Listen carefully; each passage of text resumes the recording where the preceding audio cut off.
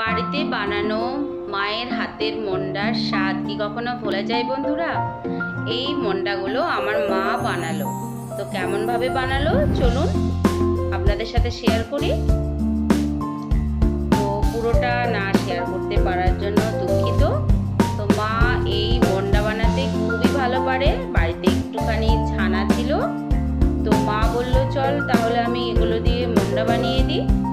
তো ছানাটার মধ্যে শুধুমাত্র আমুল দুধ 2 চামচ দিয়েছে, আর সামান্য পরিমাণ চিনি দিয়েছে, আর দিয়েছে একটা এলাচ দিয়ে মিডিয়াম গ্যাসের ফ্লেমে এটাকে পাক করে নিয়ে যেই একটু চিটচিটে ভাব এসছে অমনি এই গরম মাখাটাকে একটু ঠান্ডা করে নিয়ে একটা ভিজে ন্যাকড়ার মধ্যে এভাবে পেটাতে শুরু করলো।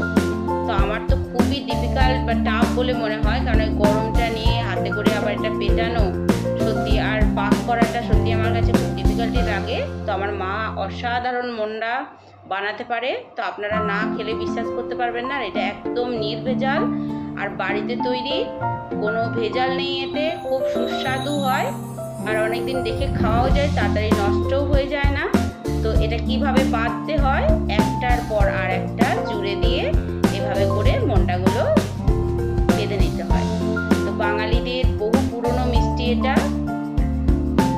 তো বন্ধুরা কেমন লাগলো অবশ্যই কমেন্ট করে জানাবেন, আর আমার পাশে থাকার অনুরোধ রইল। সবাই খুব ভালো থাকবেন, সুস্থ থাকবেন। ধন্যবাদ।